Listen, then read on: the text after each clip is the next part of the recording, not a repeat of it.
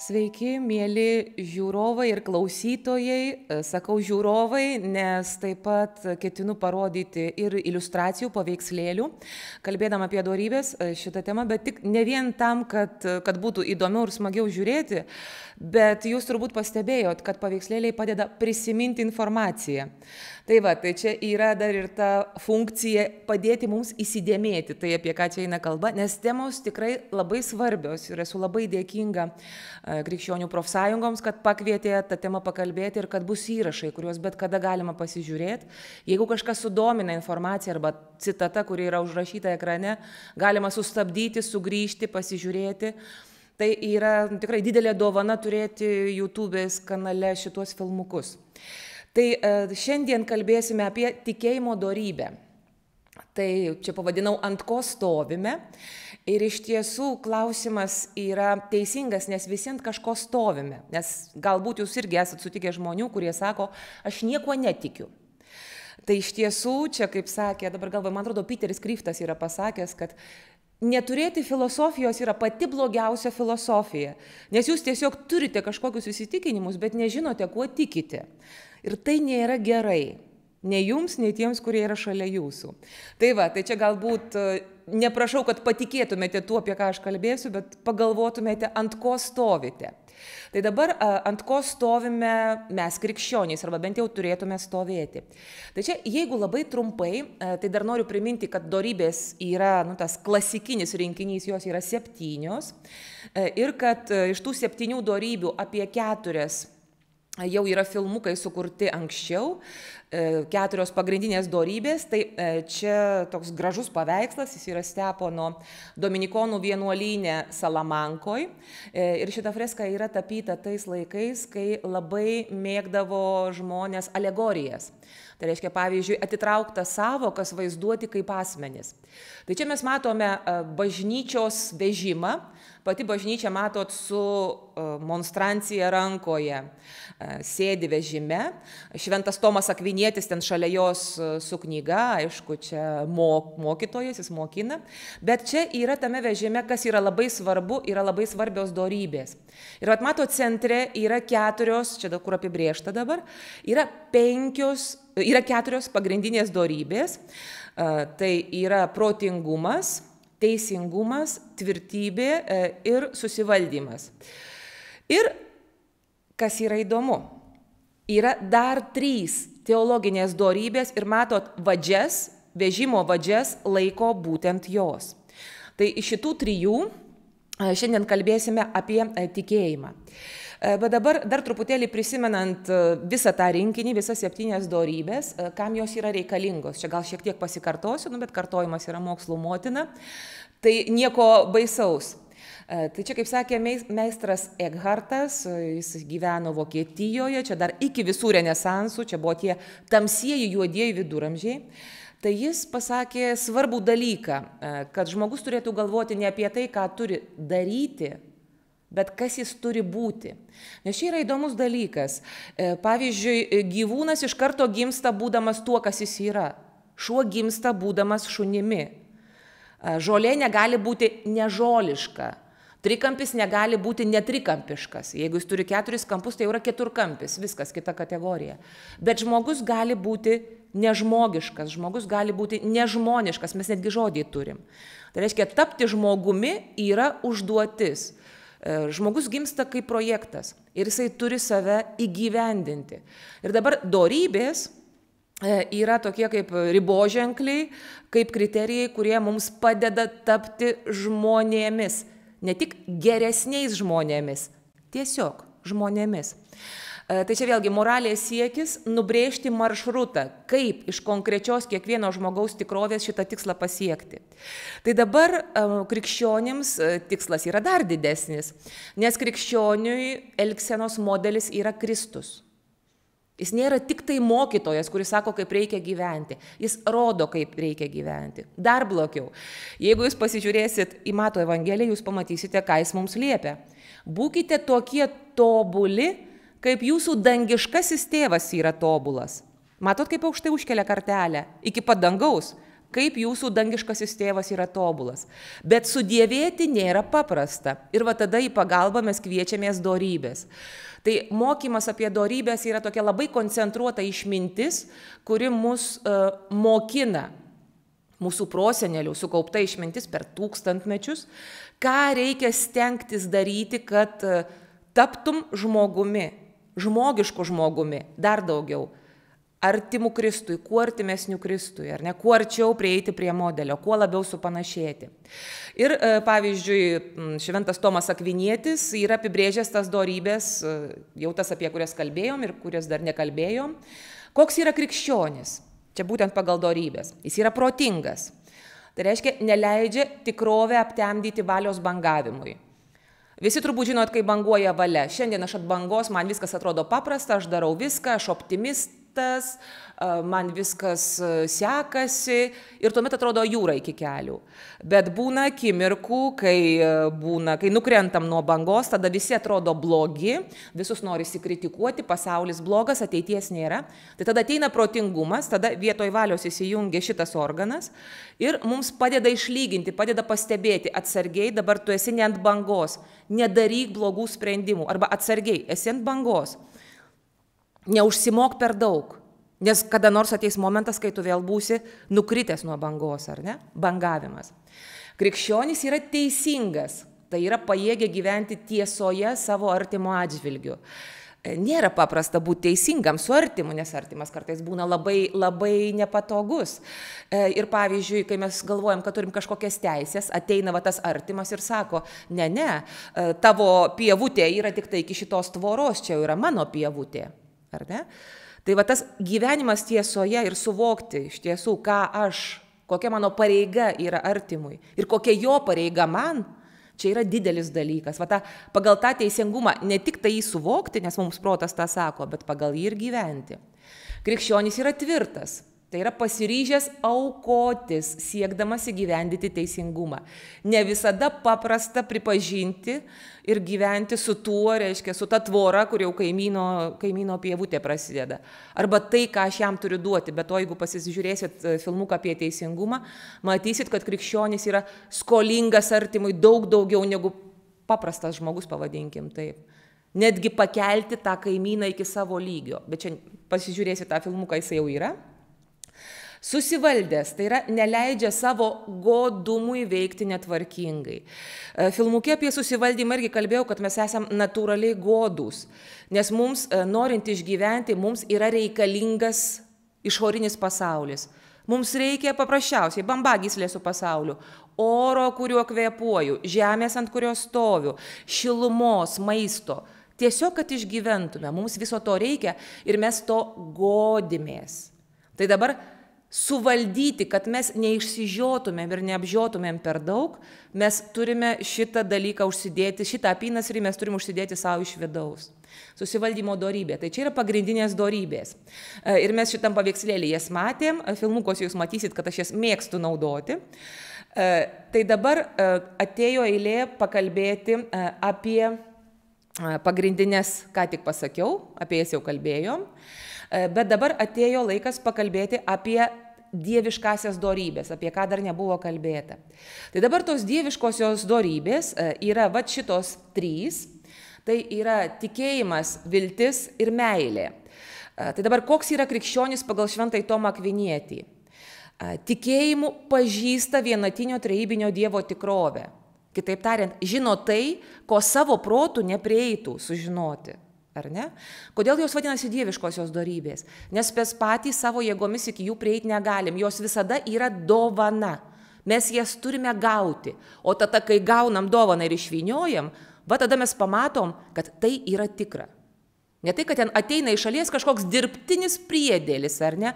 Kažkokia antra uodega šuniui. Taip nėra. Tai mano čia tikslas bus truputėlį parodyti, kokios praktiškos yra dieviškosios dorybės. Pažįsta vienatinio trejybinio Dievo tikrovę, apie tai čia bus kalba, kodėl svarbu apie tai žinoti. Vilties pagalba stojasi ant Dievo pažado, viltis mums padeda gyventi diena iš dienos ir išsilaikyti ant banguojančios gyvenimo jūros paviršiaus. Dosniąją meilę, tokiu būdu čia yra pasiūlymas versti tą žodį karitas. Mes buvom pratę verst gailestingoji meilė, bet yra pasiūlymas, kad tai būtų dosnioji meilė, geriau perteikė, bet apie tai kitam filmuke. Save nukreipia į Dievą, į save irgi reikia mylėti, ir į artimą, ir į pasaulį, juos priimti. Visa tai yra Dievo dovana. Tai dabar jau pereinam prie konkrečiai to, kaip jos praktiškai veikia. Kas matėte filmuką apie tvirtumo dorybę, šitą paveiksliuką jau matėt, man jis labai patinka, nes čia labai gerai pavaizduota, kaip apskritai veikia būtent tos dieviškosios dorybės, kad jos nusileidžia į mūsų tą žmogišką lygmenį ir jį sustiprina, jį sutvirtina. Čia iš katekizmo yra citata, 1810 skyrelis, sako, kad mes įgyjame žmogiškasias dorybės auklėjimu, ką mums duoda tėvai, pradeda nuo mažų dalykų mus formuoti, sąmoningais veiksmais, tai, ką mes patys suvokiam, kad turim daryti ir stengiamės įgyvendinti, va čia jau ateina ištvermingos pastangos, nes žmogus tu gali pasiryšti, įkvėpimas. Viskas, visa gavėnė, jokių saldumynų, nieko, čia tik ateina draugė, saldainiukas prie kavytės, vienas saldainiukas, ką tas saldainiukas? Ir taip saldainiukas po saldainiuko, paskui atsigrėži pasižiūri savo gavėnę, kaip ir niekas nepasikeitė. Tai ištvermingos pastangos, tai mes tą darom patys. Žmogiškasias dorybės mes galime kažkiek ugdyti, formuoti ir išlaikyti. Bet jas išskaistina ir išaukština dieviškoji malonė. Būtent Dievui padedant jos užgrūdina charakterį ir palengvina daryti gerą. Gera neteina savaime. Čia vėlgi jau apie smaližiavimą pradėjom, buvau knygų mugėj, prieina vienas pažįstamas, likę žmogaus pusė. Nes mes su juo, tai mes abudu tokie pyragaičių mylėtojai. Sakau, tau su sveikata turbūt blogai. Aš taip iš karto užuojauta, čia veidas toks. Jisai, ne, sako, jaučiuosi geriau negu bet kada. Sakau, kas atsitiko? Sako, gydytojas liepė, jokio cukraus, jokių miltų. Ir sako, rezultatas, sako, jaučiuosi nuostabiai. Ir aš pati savo pabandžiau įsivaizduoti tą gyvenimą be pyragėlių ir galvoju, gali būti labai geras dalykas ir aš matau ant to bičiulio, kad tikrai labai geras. Bet savaime man to visiškai nesinori. Reiškia, eiti prie to gėrio mes nesam palinkę, netgi jeigu paskui jau padarom, tikrai gerai buvo padaryta. Bet nenorim. Tai dorybingas žmogus gyvendamas tomis dorybėmis, ne tai, kad jaučiasi susigūžęs, susivaržęs, susirišęs, jis jaučiasi laimingas, kaip tas mano bičiulis, kuris dabar jau nebevalgo pyragaičių. Pasirodo, gali būti gerai. Ir dabar yra lygmenys, čia tas pats paveikslėlis, tiesiog, kad geriau matytųsi, apibrėžiau, kas čia dalyvauja. Riteris, čia yra 13 amžiaus paveikslėlis, kuris kaunasi su slibinu. Ir matote, už jo dar yra angelas, kuris palaiko jam ranką. Čia tiesiog matosi, kaip veikia dorybės. Kad reiškia, ir mūsų žmogiškų dorybių reikia dieviškosioms priimti ir dieviškųjų reikia mūsų žmogiškosioms sustiprinti. Vitališkasis lygmuo, tai čia tas riteris, įsivaizduokit, jeigu jisai būtų silpnas, jisai netgi to kardo negalėtų pakelti, rankoje suspausti. Čia elementariai reikia vikrumo, miklumo, pasitreniruoti, gyvybinis lygmuo, prigimtinė duotybė. Ten koks silpnas žmogiukas, jam tiesiog genų tokių neduota, kad jisai galėtų kovoti. Yra žmonių, taip, visokių yra. Tada yra moralinis lygmuo. Tas riteris turi būti pakankamai narsus, kovoti su slibinu. Ir jis turi pasirinkti, galbūt perlaužti save, nes, sako, drąsus yra ne tas, kuris nebijo, bet tas, kuris savo baimę nugali. Jis turi nugalėti savo baimę, kad su tuo baisiu slibinu imtųsi. Čia yra moralinis lygmuo. Ir galiausiai mistinis. Dieviškųjų dorybių pagalba, tai yra čia tas angelas, kuris palaiko jo tą kertančią ranką, ar ne, tą kertantį kalaviją. Tai dabar, jeigu jis negalėtų nulaikyti kalavijo, angelas ten galėtų tą ranką laikyti kiek nori, niekas to slibino nekovotų su juo, niekas jo ten nepjautų, ar ne? Arba jeigu nebūtų drąsos, jeigu žmogus nepasiryštų išeiti pro duris ir sėsti ant žirgo ir jot prieš tą slibiną. Bet ir atvirkščiai. Galbūt būtent angelas pirmą jį pašnibždėjo, padrasino, tada jis išėjo, sėdo ant žirgo ir išjojo prieš slibiną. Ir iš viršaus žemyn, ir iš apačios aukštyn. Čia tokiu būdu veikia dorybės. Ir dabar mes jau ateinam prie tikėjimo. Kaip veikia šitoj vietoj tikėjimas? Riteris yra toks drąsus dėl to, kad jisai žino, ką, arba bent jau nujaučia, ką pasakė Šventas Paulius. Sako, kad Dievas ištikimas. Jis neleis jūsų mėginti virš jūsų jėgų. bet padarys, kad galėtumėte atlaikyti išmėginimą. Pirma duoda tvirtybės, tada išsiunčia prieš slibiną. Dievas mūsų nenaudoja kaip patrankų mėsos, ar ne? Eikit prieš slibiną, vienas suės, antras ateis, trečias, ketvirtas, penktas ir taip toliau. Ne. Pirma sustiprina, kad galėtum nugalėti slibiną ir tada tave stumia prieš slibiną. Jeigu tave stumia prieš slibiną, tu turi tikėti, kad reiškia, tu esi pakankamai stiprus tą slibiną nugalėti.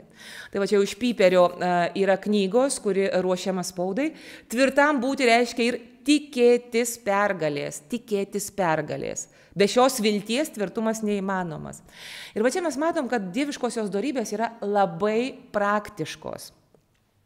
Ir šitoj vietoj, dabar čia tas paveikslėlis ir aš dabar matau, kad aš jo čia neįdėjau tos citatos, yra irgi iš laiško Žydams, primena, reiškia mums.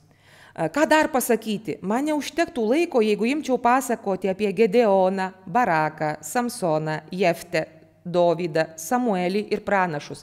Čia jie kaip tik tai matosi šitame paveikslėlyje eina procesijoje. Kurie tikėdami užkariavo karalystės, vykdė teisingumą, įgijo pažadus, užčiaupė liūtams nasrus, užgesino ugnies karštį, paspruko nuo kalavijo ašmenų, atsigavo iš silpnumo, tapo galiūnais kovoje, privertė bėgti svetimųjų pulkus. Tai jeigu mes tikim, kad Biblija mums pasakoja ne pasakaitės, bet tikrus įvykius, tai mes galim įsivaizduoti Dovydą prieš Galijotą ir suvokti, kokiu būdu jame suveikia ta būtent tikėjimo dorybė, kai jisai stojo prieš tą didžiulį Galijotą. Ir va dėl to ir sako, čia vėlgi yra tokia gera knyga Moriso Zundelio, sako, šiuolaikinis mistikas buvo, kad draudimų moralė yra nepakankama kaip tik todėl, kad nesugeba mūsų pakelti iki šio tikrai žmogiško lygmens. Susivaržę, susigūžę žmogus nėra žmogus. Žmogus turi būti laisvas. Tai reiškia, moralė, kuri primeta elgsenos modelius, yra nepakankama. Reikia pasirūpinti šaknimis ir gyvybingumu.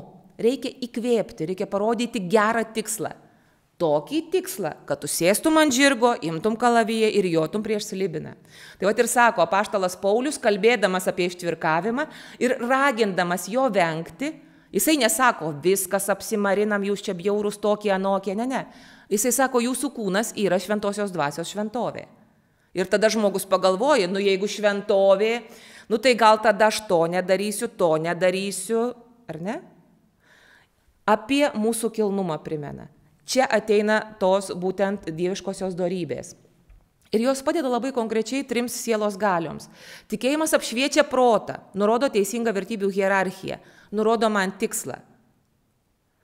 Ką tai reiškia? Jeigu aš, pavyzdžiui, galvoju, kad jeigu aš tikiu, kad Dievo nėra, arba kad aš jam neįdomi, tai tada aš sakau, gerai, tai mano tikslas bus turėti čaletą, ta prasme, namą, jachtą, mašiną, šunį, geriau 3-4 ir taip toliau. Aš tada bandysiu siekti tokių tikslų, kurie, man atrodo, racionalūs, protingi.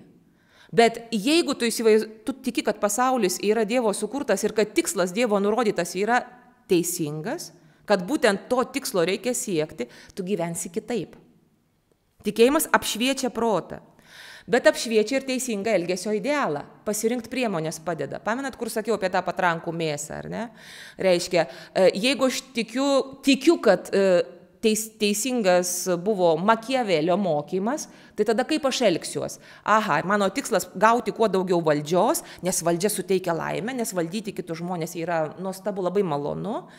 Tai tuomet ką aš darysiu? Jeigu reikia pasilipti ant kažkieno galvos, kad aš tą valdžią pasiekčiau, aš labai ramiai pasilypėsiu, taigi man dėl to bus gerai. Reiškia, tikėjimas, kuris man sako, ne, tu negali jam ant galvos liptis tavo brolis. Jūs turit pasiimti už rankyčių ir dviesi ateiti, nes po vieną Dievas nepriima. Čia yra kitas reikalas, irgi iš tikėjimo ateina. Reiškia, tikėjimas apšviečia protą, kad aš teisingai pasirinkčiau tikslą ir teisingai pasirinkčiau priemonės. Tada, jeigu trumpai, viltis sustiprina atmintį, jinai tvarko mūsų prisiminimų sandėliuką. Apie tai daugiau kalbėsim kitame filmuke. Kokiu būdu veikia, kokiu būdu tą energiją nukreipia į tą tikslą, kurį protas, tikėjimo apšviestas, mums parodo. Ir galiausiai dosnioji meilė perkeičia valią. Vietoj savininkiško visako godėjimosi, visko norisi. Nu, aš žinau, visi esam vienodi, visiems visko norisi.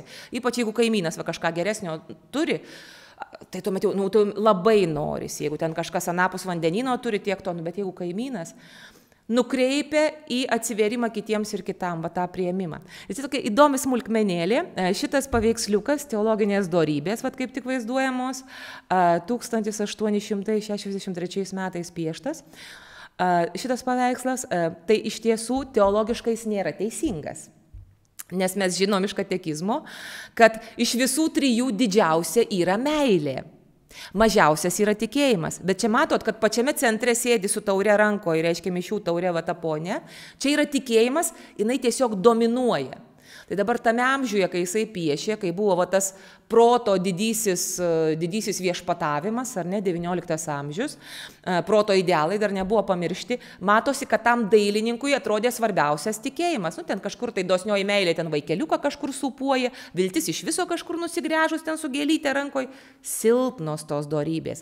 O tikėjimas, tai čia gali būti įdomus dalykas, nes Kryftas labai įdomiai yra pasakęs, kad reiškia, kad nuo tikėjimo viskas prasideda, reiškia ėjimas prie visų trijų dorybių, jis atveria duris.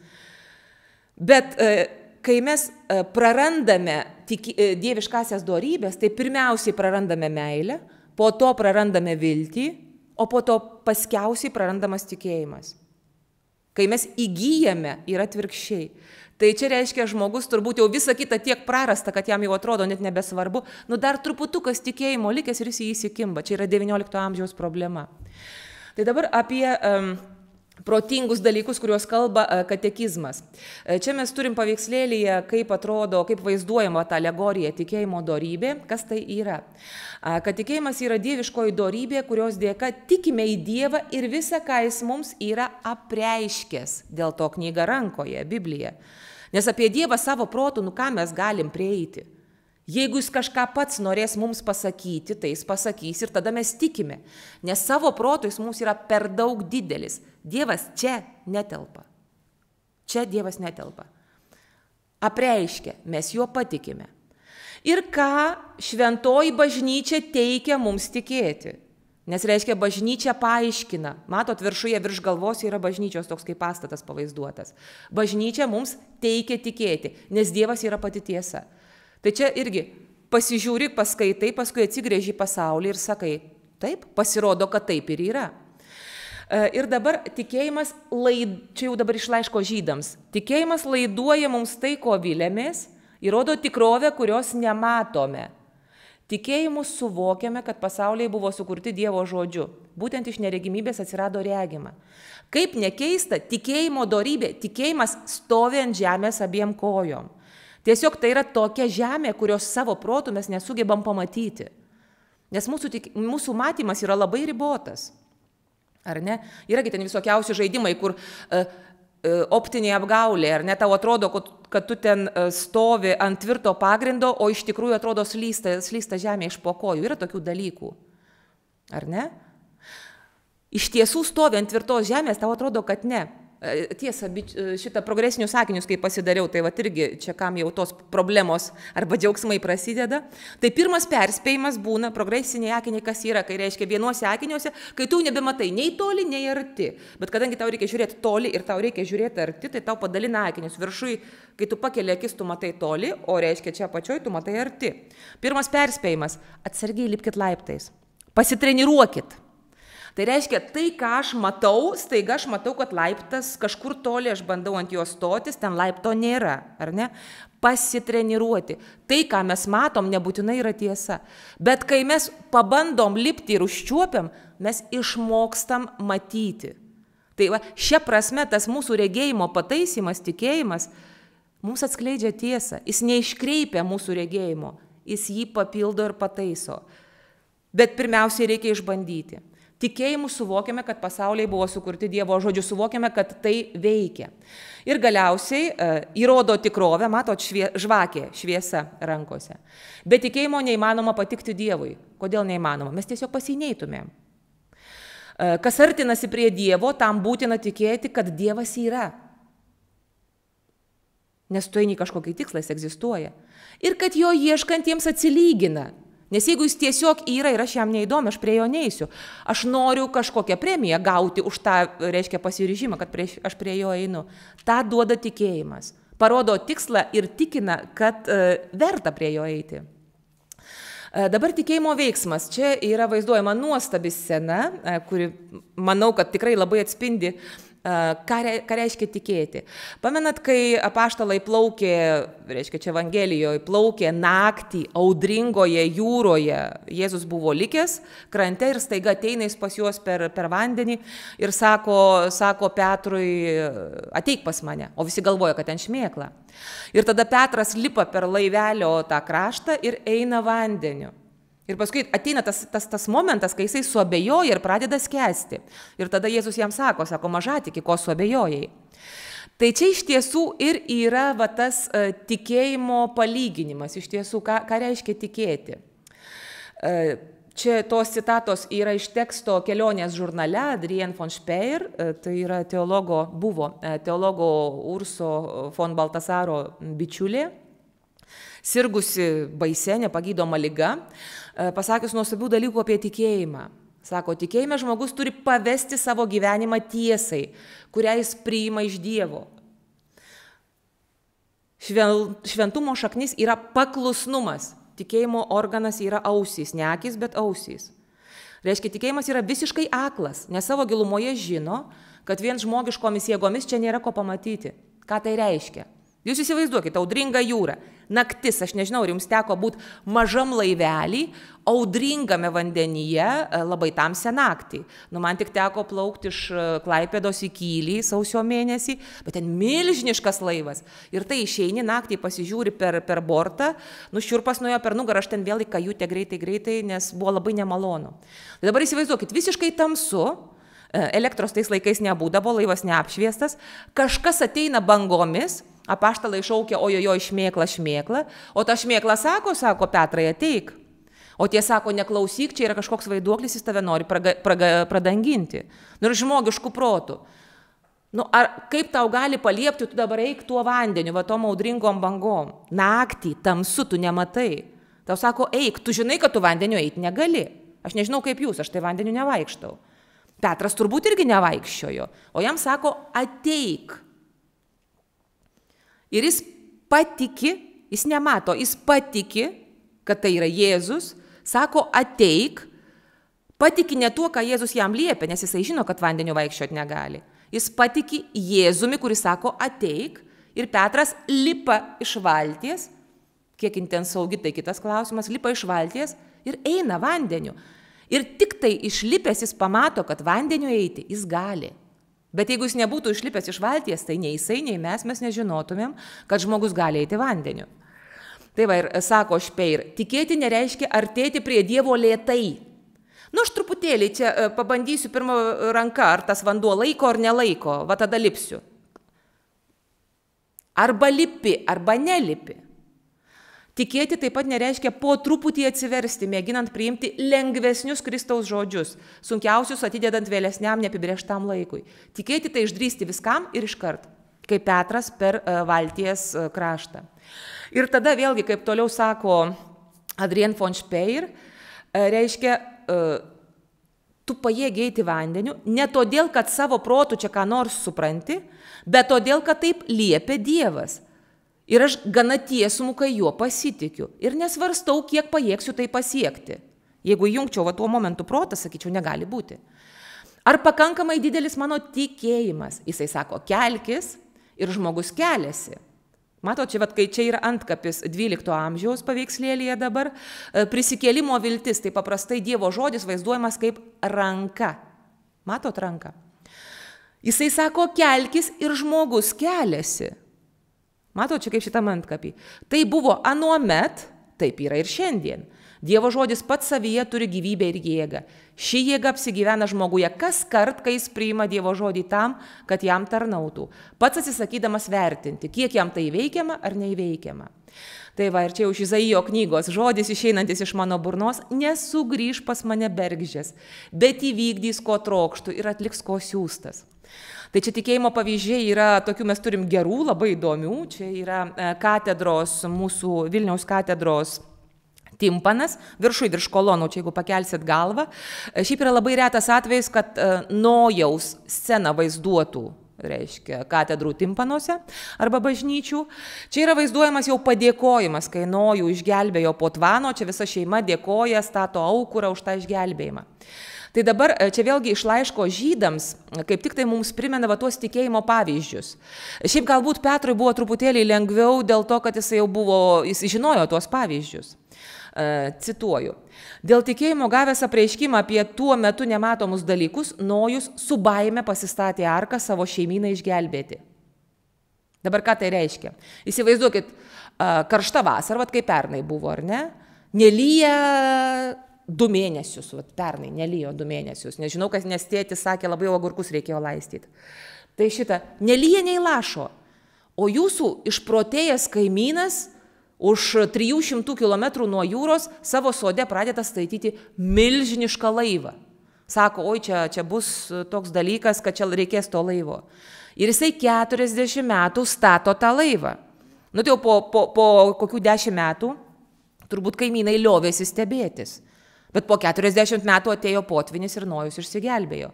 Tai vat, kiek laiko jisai turėjo jaustis kvailys visos apylinkės, ten turbūt ateidavo jį pasižiūrėti, kaip jis tą laivą stato, nors nelyja nei lašo, o jisai statė. Va čia yra tikėjimas. Su baime pasistatė arką ir išgelbėjo savo šeimyną. Tikėdamas jis pasmerkė pasaulį, kitaip tariant, nepaisė pasaulio, neklausė, ką kaimynai sako, kad tu turbūt kvailas tau čia stogą nunešė, ir paveldėjo tikėjimo teisumą, gavo premiją, išsigelbėjo. Mes dabar esam visi kilę iš jo. Tikėdamas Abraomas paklausė šaukimo keliauti į šalį, kurią turėjo paveldėti, ir išvyko, nežinodamas, kur einas. Tai dabar vėlgi Abraomo pavyzdys yra labai savotiškas. Aš čia vėlgi net pasirašiau, nes čia yra kažkas tokio. Dievas jam pažadėjo neįmanomą dalyką.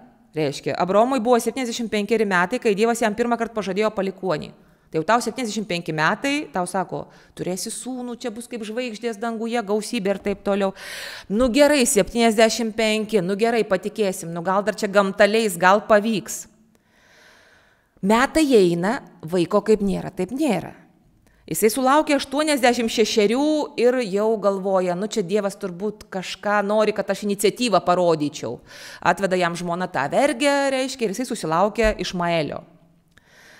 Bet pasirodo, kad tai buvo dar ne tai, kad jisai paskubėjo, mes kartais norim paskubėti. Izaoką jisai susilaukė būdamas 100 metų, reiškia, Abraomas laukė 25 metus. Ir tada jau tas vaikas paaugo, jau paauglys, nu kiek ten jam 12 kokių gal metų. Ir tada jam sako Dievas, tu man jį dabar atiduok, sugrąžink, paaukok. Tai Abraomui 112 metų, tai ką, kitą man duosi geresnį, šitas brokuotas variantas, pirma versija, ar ne? Čia yra tie tikėjimo išbandymai. Ir kodėl Abraomas vadinamas tikėjimo tėvu, ar ne? Trečias pavyzdys yra mergelė Marija, nes čia vėlgi katalikų bažnyčios katekizme sakoma, kad jos mergeliškumas yra jokios abejonės nesužaloto jos tikėjimo ir neblaškomo atsidavimo Dievo valiai ženklas. Čia iš katekizmo 506 skyrelis. Reiškia, dar labiau palaiminta Marija priėmusi Kristaus tikėjimą, negu pradėjusi Kristaus kūną. Čia tie, kurie patikėjo, mirė tvirtai tikėdami, dar negavę pažadėtųjų dalykų, tik iš tolo juos regėdami. Tai dabar čia mes matom, kad iš tiesų tikėjimas yra toks dalykas, kuris perduodamas kaip virusas. Abraomas yra vadinamas tikėjimo tėvu dėl to, kad jis patikėjo pirmasis, visi kiti gavo iš jo. Perėmė Abraomo tikėjimą. Tai čia iš Kryfto knygos, grįžimas prie dorybių, paskaitykit, tikrai ten apie tikėjimą šauniai labai parašyta, labai prieinama kalba.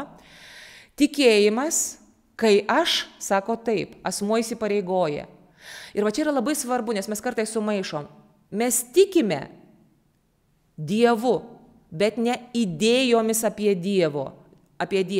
Mes patikim visada asmeniu. Tikėjimas visada gimsta iš susitikimo. Atrodo, tai čiagi abstraktus dalykai. Dievas yra vienas, bet trijose asmenyse. Ką tu čia susitinki? Bet iš tiesų tikėjimą mes gauname ne per abstraktybės, ne per atitrauktus dalykus, bet per susitikimą. Reiškia, tikėjimas plinta kaip užkratas. Reikalingas kitas žmogus, kad mums jį perduotų.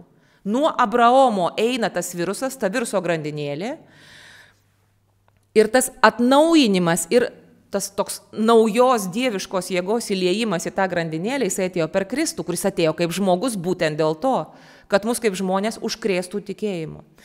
Kaip tai įvyko? Vat pasižiūrėkit Jono Evangeliją, kaip pasakoja. Kaip prasidėjo tai, kuo mes esame užsikrėtę? Arba ne. Jeigu neužsikrėtė, tai aišku, palinkėjimas būtų užsikrėsti, nes labai padeda gyventi, kaip matėt. Mokiniai atsakė, reiškia rabi, tai reiškia mokytojau, kur gyveni? Jis tarė, ateikite ir pamatysite. Ateikite, prisilieskite ir pamatysite. Ir kas paskui atsitiko? Vienas iš tų dviejų, kurie girdėjo Jono žodžius ir nuėjo su Jėzumi, buvo Simono Petro brolis Andriejus. Jis pirmiausia susiieškojo savo brolį Simoną ir jam pranešė, radome Mesiją, perdavė virusą, užkrėtė savo brolį. Matot? Iš žmogaus žmogui. Ir tokiu būdu iki pat mūsų per bažnyčią, per mūsų tikinčias močiutes, ar ne? Tai va čia irgi reiškia tikėjimo gavimo būdai. Tiesiogiai liejamas Dievo, reiškia, kai atėjo pas Abraomą ir pasakė, reiškia, kas aš esu ir ką aš tau duosiu, bet daug dažniau praktiškai visada per žmonės, per liudijimus. Bet galima sakyti, yra tokie reiškia žmonės, kurie turi džiaugsmą, nežinau, ar nelaimę, čia jau kitas klausimas, su Dievu tiesiai bendrauti, kaip šventas Paulius, ar ne? Kurį numetėte nuo žirgo, nukritęs žemėn išgirdo balsą, Sauliau, Sauliau, ką mane persekioji? Kaip gerai Dievas prakalbėjo, tai aš irgi, tegul man prakalba, ar ne? Šis atsakė, aš esu Jėzus, kurį tu persekioji. Tai Jėzau, jeigu tu mane taip jau užplosi per galvą ir ten sakysi, aš esu Jėzus, kuris pas tave atėjo, tada aš tavim patikėsiu. Jeigu ne, tai ne.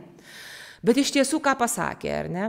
Reiškia, sako, kelkis, Pauliau, eik į miestą, tenai tau bus pasakyta, ką turi daryti. Ir tada visa ta litanija, ten turi ateiti toksai Ananijas, ten dar Dievas vargšas turi pasirodyti tam Ananijui, sakyti, tu Ananijau eik pas Paulių, tu jį paprotink. Pauliui sako, tu ten aklas, eik į miestą, lauk. Kol jie ten susitinka, kol jie ten išsiaiškina, tai pagalvo, Dievuli, ar tau sunku buvo pačiam viską pasakyti, kam tą kitą žmogų dar trukdyti, ar ne, tam Pauliui viską tu apšviesk, išdėstyk, tegul jis ten neklausinėja, kad jam viskas iš karto būtų aišku, jis ten dar paskui studijavo keletą metų, kol jam viskas paaiškėjo ir jis pradėjo tuos savo galingus laiškus rašyti. Dievuli, ar tau sunku? Pasirodo, kad taip neveikia tikėjimas. Turi ateiti tas kažkoks Ananijas, kuriam baisu, kuris žino, kad Paulius persekioja krikščionis, turi veikti savo baimę, turi ateiti, pasakyti, paprotinti Paulių, tada jis ten praregi ir taip toliau. Reikėjo žmogaus netgi šventam Pauliui. Tai ką ten čia apie Mozę ir Aaroną. Čia šventas kryžiaus Jonas pasako. Taigi mistikas irgi galėjo su Dievu tiesiogiai bendrauti, juo labiau Mozė, kuris kalbėjosi su Dievu. Pamenat? Tai netgi Mozei reikėjo žmogiško to tokio palaikymo. Kryžiaus Jonas čia sako iš kopimo į Karmelio kalną. Išgirdęs šiuos žodžius, Mozė iš karto sukaupė drąsą, kai Aaronas atėjo ir jam pasakė. Atsiuntė brolį, o tas brolis, tai čia yra tas pats, kuris paskui aukso veršį padarė. Ne tai, kad jau tas brolis buvo šviesulys ir tikėjimo pavyzdys. Jis padarė aukso veršį Aaronas. Bet Aaronas atėjo pas Mozę, pasakė, ką reikėjo pasakyti, ir tada Mozė sukaupė drąsą.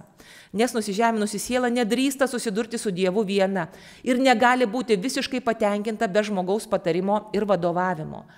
Tai dabar gali būti tiesioginis tas perdavimas, ar ne? Kaip sakykime, turbūt daug kas turėjot tikinčias močiutes, kurios gal net nežinot, bet jos jūs užkrėtė tikėjimu, ar ne? Tas virusas galbūt yra toks latentinis, miegantis jumyse. Jeigu buvo jūsų gyvenime koks nors tikintis žmogus, perbėgo kelią, tai jūs virusą gavot iš jo. Tai gali būti ir užrašyti liudijimai. Tai čia vėlgi iš knygos Dismas de Lasus, reiškia vienuolinio gyvenimo pavojai ir nukrypimai, sako, dažnai daug išmintingiau klausyti patikrintų ir knygose surašytų patarimų, negu sekti netikrais mokytojais. Va, ir čia pavyzdžiai iš autorių, kuriuos verčiau, biografijas, rašiau apie juos, tai irgi kartojasi tiesiog. Va, čia Šventa Teresė Avilietė rašo gyvenimo knygoje. Neradau mokytojo, nors jo ieškojau 20 metų ir tai man padarė daug žalos. Dažnai tekdavo grįžti atgal ir netgi visai pasiklysti. Tai čia kai dvasios vadovo žmogus negali niekaip susirasti. Arba Šventas Ignacas.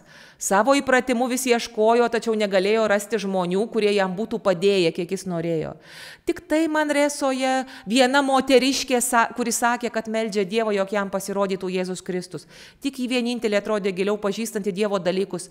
Davat kėlė kažkokią kaimo bobelę, kuri ten jam pasakė, vat, ją jisai išgirdo ir jie patikėjo. Bet jie turėjo vieną dalyką, šitie vadu, ir ne, vat, pavyzdžiui, kaip Teresė Avilietė arba Ignacas, didžiulis nuolankumas mokytis ir troškimas. Ir kadangi jie turėjo paėjėti žingsnį toliau, pavėdėti bažnyčią žingsnį toliau tikėjimo keliu, tai galiausiai pats Dievas išbandęs jų va, tą tikėjimą, nuolankumą, troškimą mokytis, pats atėjo ir už rankos pavėdėjo. Tai dabar mes jau galim eiti jų pėdomis, jie pramynė kelią.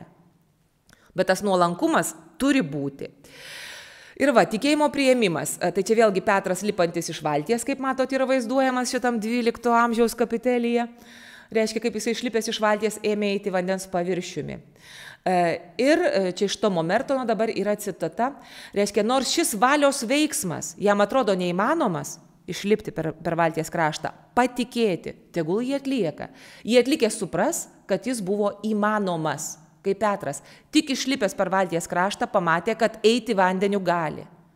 Tai čia lygiai tas pats, kas mes, pavyzdžiui, sėdim namuose užsidarę, ten užsidarę duris ir langus ir mums sako, žinok, jeigu, ateina kažkoks žmogus, sako, žinok, jeigu išeisi pro duris, nu koks geras oras. Nu, tu išeik pro duris. Ne, vakar buvo šalta, ne, peršalsiu, taip toliau. Atsidaryk tu tas duris, išeik tu per jas. Tai va turi atsikelti, išeiti per duris ir tada tu įsitikini, kad oras tikrai geras. Tai čia toks banalus pavyzdys, bet taip tikėjimas veikia. Ir čia truputį toks lyrinis nukrypimas, Švento Ignaco dvasinės pratybas, nežinau, ar esate atlikę, sako, geriausias coachingo, reiškia, metodas iki šių dienų, ką daro Ignaco dvasinės pratybos. Reiškia, siūlo bent savaitę, o geriausiai mėnesį pabandyti paėjėti vandeniu. Nu, tu pabandyk savaitę pagyvent, tarsi Dievas egzistuotų ir tarsi tai, ko jisai moko, būtų tiesa. Pažaiskim. Nu, žaidžiam, tarsi tai, ką Dievas sako, yra tiesa. Vat pabandyk savaitę. Nu tai gerai, visam gyvenimui aš gal nerizikuočiau, nu savaitę, nu kas ta savaitė, nu gerai, nu tvarkoj, pažaiskim. Ir per tai žmonės pamatę, įsitikina, kad eiti vandeniu gali. Tai galbūt dėl to tos pratybos taip gerai veikia. Tai čia lyrinis nukrypimas, išbandykit. O čia dabar, kai jau užsikrėtėm tikėjimo virusu, tada prasideda jau pareigos, reiškia, tie saldumynai smaližiavimui baigėsi. Tikėjimo pareiga. Čia vėlgi scena yra va, tas Pauliaus numetimas nuo žirgo, nubloškimas, kai Jėzus jį prabyla. Paskui jam atėjo ta sunkioji dalis, kai reikėjo eiti skelbti Jėzų. Nes čia vėlgi iš Mato Evangelijos, ką sako Jėzus, labai aišku, kas išpažins mane žmonių akivaizdoje. Ir aš jį išpažinsiu savo dangiškojo tėvo akivaizdoje. Ar jums nėra taip, kad sekmadienį drožėte mišes, nu, geriau šalutiniam gatvelėm, ar ne? Ir susitinkat pažįstamą bendradarbį kažkokį. Kur eini? Į mišes, bet taip truputį kaip ir gėda, paskui ten pasakys viską ofise, jo, tai visi čia galvos, kad aš toks keista, ar ne? Nu, kartais mes gyvenam tokiuose, išeinam iš savo burbulę tai labai lengva tikėti. Visi aplinkui tokie patys keisti, mūsų daug, mes jėga, nuostabu, ar ne? Bet tu pabandyk būti va, tas vienintelis iš visos darbovietės, kuris eini sekmadienį į mišes. Ne pomidorus laistai, ne pas giminės eini, ne už miesto važiuoji į pikniką arba į Akropolį pasiganyti. Ne, tu eini į mišes. Keistas kažkoks, išsimiegok už visą savaitę, ar ne? Facebook'e, kiek ten visokiausių Instagram'e, kiek ten visokiausių naujų istorijų, kiek tu nepasižiūrėjai. o tu į mišias eini. Tai va, bet paprastai, kas išpažins mane žmonių akivaizdoje ir aš jį išpažinsiu, kas išsigins mane žmonių akivaizdoje ir aš jį išsiginsiu. Kodėl? Nes tu viruso neperduodi. Tikėjimas turi būti perduodamas, kad jis būtų gyvas. Tai yra kaip ta estafetės lazdelė, kurią reikia perduoti vienas kitam. Ir dabar tikėjimo veikimas, tai čia jau šiek tiek apie tai kalbėjom, tai vėlgi čia tas įdomus dalykas, kad nuo 17, nuo jau ypač 18 amžiaus, tikėjimo dorybę dailininkai ir skulptoriai pradėjo vaizduoti užrištom akim. Kodėl? Nes jiems atrodė, kad proto akys, tai va tokios ar ne, didžiulės, kad protas viską mato, kad tu kažko patikėtum, tu turi užsirišti akis. Sakyt, aš to nematau, bet aš tikiu, ar ne? Ne akiniai, bet raištis ant akių. Tai va čia atkreipkite dėmesį, čia kaip tik tai vaizduojama, toliau ten bus aiškiau matysis, bus kitas paveikslėlis, tikėjimas su raiščiu ant akių. Tai iš tiesų šiek tiek tiesos yra, čia iš serijos, kad girdėjau varpus, nežinau, kurioje bažnyčioje skambina, reiškia iš Mertono. Labai gera Mertono knyga apie kopimą į tiesą, ten gerai atskleidžia, kaip veikia kartu tikėjimas ir protas. Protą gali persmelkti akimirką blykstelėjęs aiškumas. Akimirksniu, oi, einu vandeniu, oi, jau skęstu, ar ne? Tačiau jis nesitęsia. Va čia jau reikalinga mūsų pastanga, mūsų ištvermė. Tikėjimas nekontempliuoja tiesos, nesiskverbia jos gelme su nuostaba ir ją suprasdamas. Jis tiesiog sako taip. Tikėjimas sako taip, Dieve, aš tavim tikiu. Ir paskui jau protas bando suvokti, įsisąmoninti tai, ką Dievas sako. Tai ta prasme, protui tenka tą šuolį truputėlį atlikti, ar ne? Išlipti per valties kraštą. Tada jis pradeda suprasti. Ir va čia ateina tas dalykas, tos tamsiosios naktys, va čia kur Kryžiaus Jonas sako, kad protas negavo jokios šviesos atokvėpio, nei iš aukštybių, nes jam atrodė, kad dangus uždarytas, o Dievas pasislėpęs. Yra tokių momentų, kai žmogus sako, Dieve, kam tu mane apleidai? Kristus ant kryžiaus taip sakė. Tai mums irgi reiškia galima, egzistuoja tamsiosios naktys ir jos ateina ne iš mūsų nuodėmių tiesiogiai, ne kaip bausmė, bet kaip mūsų silpnumas. Mus apakina, Dievas yra per didelis, aš dabar į tą žibintą, va čia kur virš manęs aš nežiūriu, nes mane iš karto akina jisai, man jis per daug ryški tą šviesą, ar ne? Mūsų akis per silpnos yra tam, ką Dievas mums nori apreikšti, jis mums per didelis. Tai va, nes jam atrodė, kad dangus uždarytas, o Dievas pasislėpęs. Ir iš apačios pagalbos neatėjo, nes jį mokiusieji jau jo nepatenkino. Viskas, mokytojai kažkur atsiliko, jau nieko nebepasako. Tačiau siela ištvermingai iškentė ir išsilaikė, perėjo tuos vargus nenusilpusi ir neišdavusi mylimojo. Tu tiki žmogumi ir jis tave veda, tu aklai eini, leidiesi vedamas. Aklai. Yra tokių momentų. Ir čia paskui cituoja psalmę Kryžiaus Jonas. Brangindama žodį iš tavo lūpų ištvėriau sunkiuose keliuose. Dievo žodis padeda, praveda sunkiais keliais, bet reikia, būna momentų, kai būna labai sunku tikėti, laikytis, bet tais momentais ir auga tikėjimas, ar ne? Tamsioji šviesa, tai čia yra apie tai, matot, tikėjimas uždengtas veidas, toks tarsi šydas. Čia yra iš kitos knygos, Luiso Martineso, Šventoji dvasia yra lietuviška, irgi labai gera knyga. Tiesiog tą šventosios dvasios veikimo labai gerai išdėsto mūsų gyvenime, ko mes dažnai nepastebim. Jinai varguolė mumyse ten dirba, rankovės pasiraitojus, o mes net nejaučiam, kad mumyse kažkas dirba. Mes jaučiamės vieniši. Esam vieni ir galvojam, kad mes vieniši. O ne. Tai Martinesas įvadino kartais, sako, šventosios dvasios apaštalų įvadino, nes jis 1900, dabar bijau sumeluoti, 56-53 metais rašė tą knygą, reiškia būtent atskleisti šventosios dvasios veikimą mūsų gyvenime. Jisai sako, aš manau, kad atpažinsit save. Kartais sielos dangus aptemsta ir ilgus vienumos laikotarpius negali rasti nė vieno šviesos spindulio ar buvusio saldumo krislo. Buvo taip gerai, nueinu į mišias, tiesiog kelia, aš kaip ant tų sparnų, ten išeinu, meldžiuosi, saldumas, gardumas, viskas gerai, o čia staiga, ar ne? Kaip sunku susikaupti, kaip nuobodžiai slenka valandos, su kokiu kartėliu siela vilkte velkasi keliu vedančių pas Dievą. Tačiau tarp šių neišvengiamų dvasinio gyvenimo vingių yra kas nesikeičia ir nesibaigia. Ir tai yra tikėjimas. Visada atskleidžia mums kas dieviška, kad ir kur tai būtų. Jeigu labai tamsu ir baisu, tu nueini ir pasitikrini. Ir čia yra konkretus pavyzdys, kad tamsu ir baisu būna ne tik paprastiems žmonėms, bet netgi dideliems šventiesiems, kaip pavyzdžiui kūdikėlio Jėzaus Teresė. Čia ta, kuri išrado liftą pas Dievą, ar ne? Mažasis kelelis mums labai patinka. Kad čia, jeigu surandi dvasinį liftą, tu ten ir taip žucht užvažiuoji, nereikia lipti pačiam. Tai netgi jinai išgyveno labai juodą naktį, tamsioji šviesa, ar ne? Va, tas liudymas, čia jos yra liudymas dabar. Jinai sako, reiškia, anksčiau, prieš tą išbandymą, prieš pat mirtį, tai čia dar ne bet kokiu momentu, bet jau jinai ant mirties lenkščio stovėjo, tai buvo gyvybiškai svarbu tikėti, kad tu nebijotum tą baisę akimirką, kad tu žinotum, kad tu esi ne viena, bet tą baisę akimirką, ar ne? Aš tada mėgavausi prieš tai. Tokiu gyvu ir aiškiu tikėjimu, kad mintys apie dangų buvo visa mano laimė.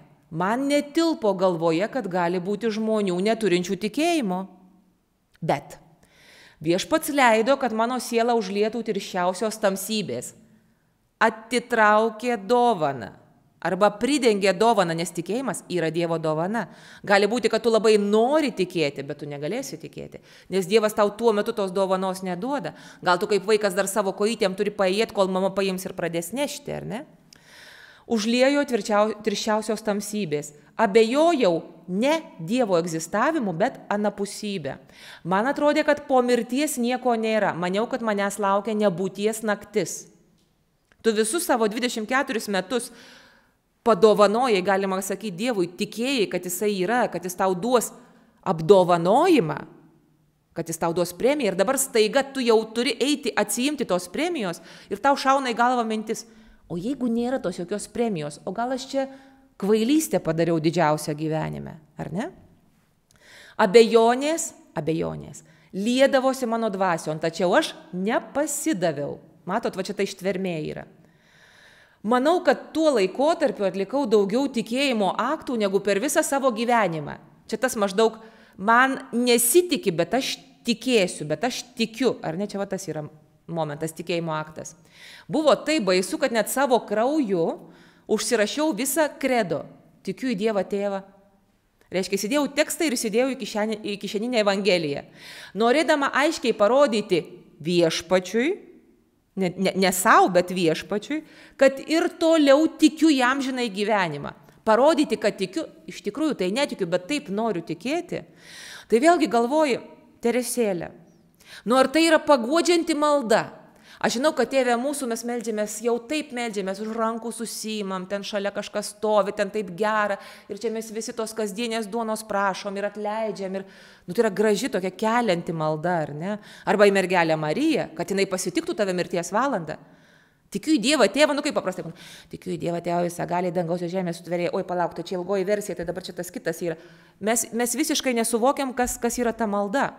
Kodėl Teresėlė va tuo tamsiausiu momentu būtent tikiu į Dievą Tėvą meldėsi? Kodėl? Dėl to, kad čia yra parašyta viskas, kuo aš tikiu ir kuo tikėdama, aš tiesiog keičiu savo gyvenimą. Tai dabar čia labai trumpai, čia būtų galima labai ilgai analizuoti, mokat, pasikartosit. Dabar, ką mums sako kredo? Tai dabar labai trumpai. Tikiu Dievą Tėvą visagalį. Kai aš sakau visagalį, ką aš noriu pasakyti? Kad šalia jo nėra jokio kito. Ne blogio jėgos valdo pasaulį, arba jis turi su jomis kažkaip dėrėtis. Ne kažkoks prezidentas yra visagalis, ne. Dievas yra virš prezidento, virš faraono, virš, nežinau, Jungtinių tautų organizacijos, reiškia, aukščiausio vadovo. Mums arčiau būtų virš mano viršininko, ar ne, virš mano vedėjos. Dievas yra visagalis, bet jis yra tėvas. Tėvas reiškia, kad aš jam rūpiu, kad jis mane myli, manim rūpinasi. Nes tėvas vaikų negali nesirūpinti, tėvas mama. Dangaus ir žemės sutvėrėja, ką tai reiškia? Kad pasaulis, kuriame aš gyvenu, yra protingas ir sukurtas man. Kad jis yra gera linkintis, gera norintis. Reiškia, nekarkim ant Dievo visų šunų. Dangaus ir žemės sutvėrėja. Jėzų Kristų vienatinį jo sūnų mūsų viešpatį. Kad Jėzus Kristus yra tikras Dievas. Ir tai yra svarbu. Kad tikras Dievas ateina pas mus, visas tikras Dievas, tai yra svarbu. Prasidėjo šventosios dvasios. Dievo iniciatyva. Tai Dievas prie mūsų pasilenkė. Ne mes ten iki jo užsikabarojom. Reiškia, mes gaunam dovaną. Gimė iš mergelės Marijos. Tikras kūnas, jis buvo kūniškas, jis nebuvo angeliukas. Jis verkė, jis pavargdavo, jis liūdėdavo, jam reikėdavo išeiti vienumą, nes jau žmonės jam iki čia buvo, ar ne, su tom visom savo lygom ir demonais. Kūniškas, kaip aš, iš mergelės Marijos gimęs, jautė alkį ir troškulį, kaip aš, jam būdavo liūdna, kaip man, jis džiaugdavosi, kaip aš. Aš galiu tapatintis, ar ne, galiu priimti tą savo kūną, kuris serga, kuris pavargsta. Kentėjo prie Poncijaus Piloto, buvo prikaltas prie kryžiaus. Atėjo į istoriją, į tikrą istoriją ir prisiėmė skausmą. Galėjo neprisijimti. Galėjo sakyti, ne, kryžius tiek to, čia per daug. Čia kaip nors kitaip mes apsisuksim čia tą viską, ar ne, čia per daug skausmo, per daug ne, mes čia sutvarkysim rankučių, nesusitepę baltų pirštinėlių, nenusimovę. Nusimovė pirštinėlės ir pasinėrė į purvą iki pat galvos, ar ne? Numiręs ir palaidotas. Pakluso šito sugadinto pasaulio įstatymams. Pakluso, numirė, nužengė į pragarus, nužengė į mirusiųjų pasaulį. Ar ne? Matot, kaip visa tai keičia tai, kuo aš gyvenu. Jeigu aš tuo tikiu, aš gyvensiu kitaip. Dėl to Teresėlė buvo užsirašius būtent kredo. Nes jinai buvo tvirtas žmogus. Ar ne? Jai nereikėjo paguodos, jai reikėjo tiesos, sugrįžti į tiesą. Norėčiau paskutinė skaidrė, aišku, kaip visada, iš valandos neišlipu. Padėti savo tikėti. Matot, vėlgi yra tikėjimo dorybė, yra užrištomis akimis, nes čia vėl yra 18 amžius. Tai dabar, kaip sako apaštalas Jokūbas, tikėjimo dovaną išlaiko tas, kas jai nenusideda. Tikėjimu reikia rūpintis, reiškia. Dovaną tai mes gaunam, bet pasirūpinkim išpakuoti ir gražioj vietoj pasidėti ir žiūrėti, kad jisai augtų, ar ne? Jis yra gyvas. Bet tikėjimas be darbų negyvas. Tikėjimas be vilties ir meilės tikinčiojo dar nesuvienyje visiškai su Kristumi ir nepadaro gyvų jo kūno nariu. Kiti filmukai bus apie viltį ir meilę, jos yra reikalingos. Tikėjimas yra tik pirmas žingsnis. Bet jis yra be galo svarbus, nes čia dabar jau iš Morkaus Evangelijos, čia, kur Jėzus atsako tam tėvui, kuris atveda, reiškia, berniukas turbūt apopleksija, jis ten sirgo, nes sako, demonas vis į ugnį ten į liepsnas įmeta tą vaiką ir sako, jei gali išgydyk tu tą mano vaiką. Ir Jėzus jam atsakė, jei ką gali, tikinčiam viskas galima. Pamenat, kur sakė, jeigu turėtumėte tikėjimą kaip grūdelį, ar ne, kaip garstyčios grūdelį, jūs kalnui pasakytumėt, lipk nuo savo vietos ir šok į jūrą, ir jisai šoktų į jūrą. Įsivaizduojat, kokia galia. Ir tada vaiko tėvas sušuko, va čia mes turėtumėm taip sakyti, tikiu, padėk mano netikėjimui. Tai palauk, tai tu tiki ar netiki? Aš tikiu tavim, bet man taip sunku patikėti tuo, ką tu sakai, ar ne? Tavim, Jėzau, aš tikiu, bet padėk mano netikėjimui, padėk, nes aš nepajėgiu. Ir čia jau tada iš Mertono, iš pradžių meilė Dievui skatino protą jo ieškoti tikėjime, protas pasakė, eik pasižiūrėk, ir tada tu priėjai ir užsikrėtei virusu. Tikėjimas suteikė protui šviesos, ieškoti Dievo didesnėje meilėje. Pakėlė intelektą meilė, uždegė sieloje tamsią ir degančią tobulo regėjimo troškimo ugnį. Visa ko tikslas turi būti meilė. Tikėjimas yra tik priemonė. Tai čia tiek norėjau jums pasakyti. Jeigu norėsit pasiskaityti apie tai lėčiau, yra toks, tekstas, konspektas, jeigu taip galima sakyti, kelionės žurnale. Čia taip atrodo viršelis kelionės ir tekstas nykštukai ant milžinų pečių, nes mes stovim ant tokių tikėjimo milžinų kaip Abraomas, pavyzdžiui, arba mergelė Marija ir gavę tą, reiškia, virusą iš paties Kristaus. Nes per bažnyčią ateina, jeigu mes tikim bažnyčią, tikiu į vieną visuotinę bažnyčią, pamenat iš kredo, tai reiškia, aš tikiu, kad per Petro įpėdinį mane pasiekia Kristaus rankų šiluma. Kaip Kristus kvėpė dvasią, perdavė ją Petrui, tą rankų šilumą, bažnyčioje, žinot, viskas vyksta rankų uždėjimu. Reiškia, vienas vyskupas pašventina naują vyskupą rankų uždėjimu. Vyskupas pašventina kunigą uždėdamas rankas. Ir kai kunigas jūs laimina, jis uždeda jums rankas. Ir čia yra ta estafetė, per kurias ne tik tas plikas teorinis tikėjimas iki mūsų ateina Kristaus rankų šiluma, nes Kristus buvo tikras žmogus, Kristus buvo kūniškas. Jo rankų šiluma per popiežius, jų įpėdinius ir vyskupus ir kunigus ateina iki mūsų. Mes gaunam jo rankų šilumą. Nes šiaip tai buvo galima, skulptūrą padarei, ir gerai, ateisi, paliesi skulptūrą. Skulptūra, statula niekada neturės gyvo kūno šilumos. Ir mes labai rizikuojam, nes gyvi žmonės mes žinom, kad ir prisidirbti gali. Bet mes prarandam šilumą. Dievas nusprendė surizikuoti. Duot perneštą estafetę gyvam žmogui. Dabar labai geras dalykas yra santrauka apie 3 tikėjimo dorybės, kurias mums paliko popiežius Benediktas XVI. Tai yra po vieną encikliką apie kiekvieną dorybę, būtent mūsų laikais, kas yra svarbu. Tai čia šiuo atveju apie tikėjimą yra enciklika Lumen Fidei, tikėjimo šviesa. Ją išleido popiežius Pranciškus, bet ją paruošęs buvo Benediktas XVI. Pranciškus truputėlį nuo savęs pridėjo, ką buvo svarbu, ir ją išleido. Čia matot parašyta, kur galima paskaityti, yra internete. Pasiimsite internete, labai gera santrauka. Mums priminimas. Ir jeigu jau labai norėsi dar daugiau skaityti, rekomenduojami skaitymai, Tomą Mertoną jau minėjau, tada tas tekstas iš kelionės žurnalo turėtų būti publikuotas internete kažkada. Adrienne von Speyer, Šventumas kasdienybėje, čia yra apie tikėjimą, čia yra straipsnis. Salvador Garcia Ros, Dievo patirtis gyvenimo viduryje. Tai Dievo patirtis, va tas išlipimas iš valties, va tas momentas, kiek tiesiogiai mums iš tiesų Dievas gali transliuoti. Kryžiaus Jono tamsioji naktis, apie tai, kaip pradeda tikėjimas, nes jis yra tasai kompasas. Ir galiausiai dar ruošiamas spaudai Jozefo Piperio Mylėti, viltis, tikėti bus knyga. Labai geras bus tekstas būtent apie tikėjimo dorybę. Tai tiek ir norėjau jums pasakyti, tai tikiuosi, kad jums kilo daug klausimų, jūs ieškosite ir galiausiai savo ieškojimuose, jeigu dar neužsikrėtė tikėjimo virusu, tai jūs jį kažkur pasigausite.